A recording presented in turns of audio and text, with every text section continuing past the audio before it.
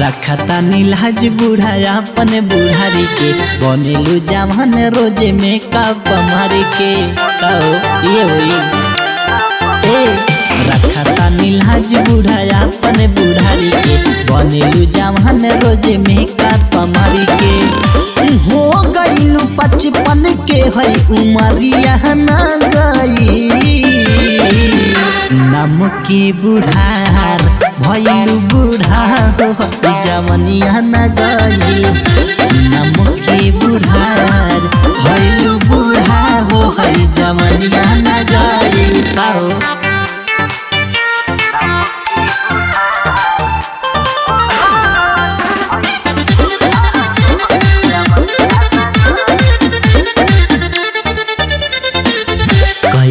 तू बुढ़ारी में जवाना किन के फेला हो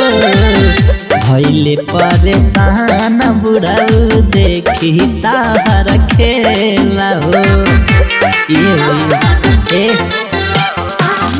कैलू तू बुढ़ारी में जवाना किन के फेला हो भैले परेशान बुढ़ाऊ देखी ताहर खेला हो जे भी देखे तोहके कहे गड़बड़ भाई नाम की बुढ़ार भैलू बूढ़ा हो जवनिया न गई नाम की बुढ़ार भैलू बूढ़ा हो जवनिया न गई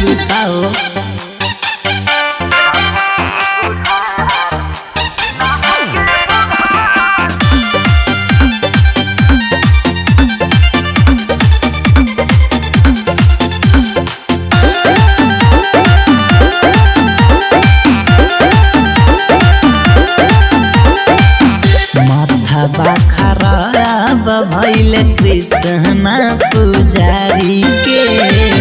बाडू ना जवान लाज राखा तुम बुढ़ारी के अरे राखा माथा खराब भैल जाया शिकारी के